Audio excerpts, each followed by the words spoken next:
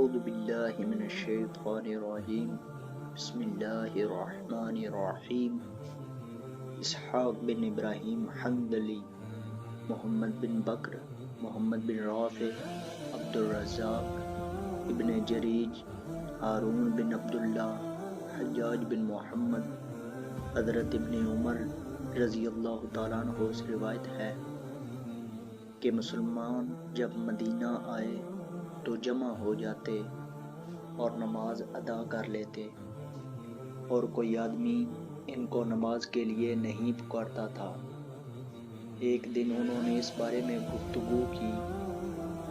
ان میں سے بعض نے کہا، نصاری کے ناقوس کی طرح ناقوس لے لو، اور بعض نے کہا کہ یہودیوں کی طرح سینگ۔ عمر رضی اللہ تعالیٰ عنہ نے فرمایا، کیا تم کسی آدمی کو مقرر نہیں کر دیتے جو نماز کے لیے بلائے؟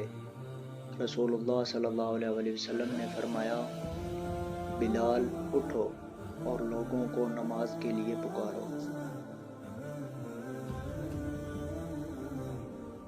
خلف بن ہشام، حماد بن زید، یحییٰ بن یحییٰ، اسماعیل بن علی، خالد حذا، ابی قلابہ، حضرت انس رضی اللہ تعالیٰ عنہ سے روایت ہے کہ بلال کو حکم دیا گیا کہ اذان 2 بار کہیں اور اقامت 1 بار۔ ایوب کی حدیث میں اقامت کے سوا کا لفظ ہے۔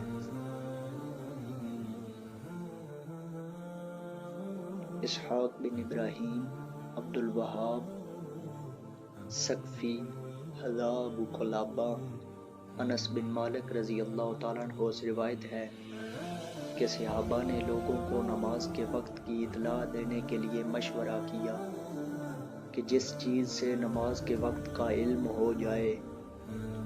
بعض نے کہا کہ آگ روشن کر دی جائے یا ناقوس بجایا جائے۔ پس بلال کو حکم دیا گیا کہ وہ اذان کے کلمات 2 مرتبہ اور اقامت کے کلمات 1 مرتبہ کہیں۔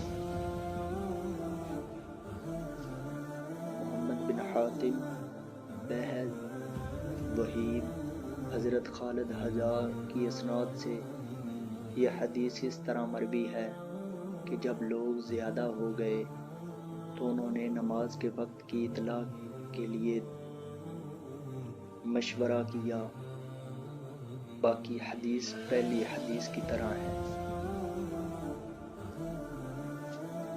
عبید اللہ بن عمر، عبد الوارث بن سعید، عبد الوہاب بن عبد الحمید، حضرت انس رضی اللہ تعالیٰ عنہ سے روایت ہے کہ بلال کو حکم دیا گیا کہ اذان کو 2 مرتبہ اور اقامت کو 1 مرتبہ کہیں۔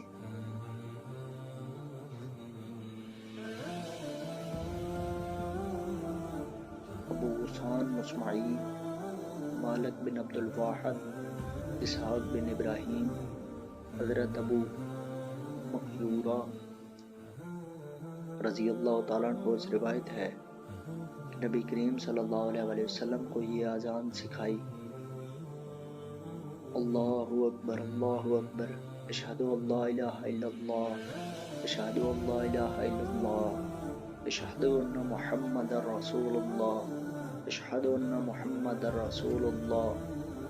پھر دوبارہ اشہد ان لا الہ الا اللہ 2 مرتبہ اور اشہد ان محمد رسول اللہ 2 مرتبہ، اور حی علی الصلاۃ 2 مرتبہ، اور حی علی الفلاح 2 مرتبہ۔ اور اسحاق نے اللہ اکبر، اللہ اکبر، لا الہ الا اللہ زیادہ کیا۔ ابن نمیر، عبید اللہ، قاسم، حضرت عبداللہ رضی اللہ تعالیٰ عنہ بن عمر سے روایت ہے کہ رسول اللہ صلی اللہ علیہ وسلم کے 2 مؤذن تھے، حضرت بلال اور حضرت ابن ام مکتوم رضی اللہ تعالیٰ عنہ، نابینا صحابی۔ ابن نمیر، عبید اللہ، قاسم، عائشہ سے بھی اسی طرح روایت منقول ہے۔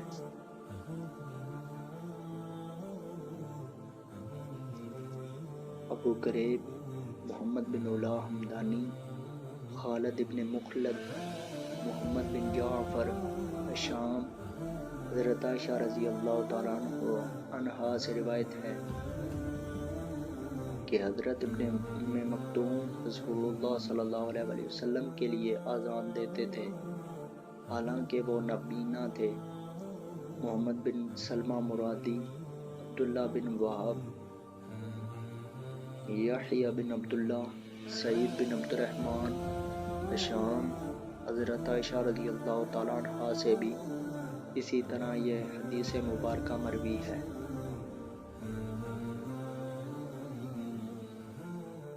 زہیر بن حرب، یحییٰ بن سعید، حماد، سلمہ، ثابت، انس بن مالک رضی اللہ تعالیٰ عنہ سے روایت ہے کہ رسول اللہ صلی اللہ علیہ وسلم طلوع فجر کے وقت حملہ کرتے تھے اور کان لگا کر آذان سنتے۔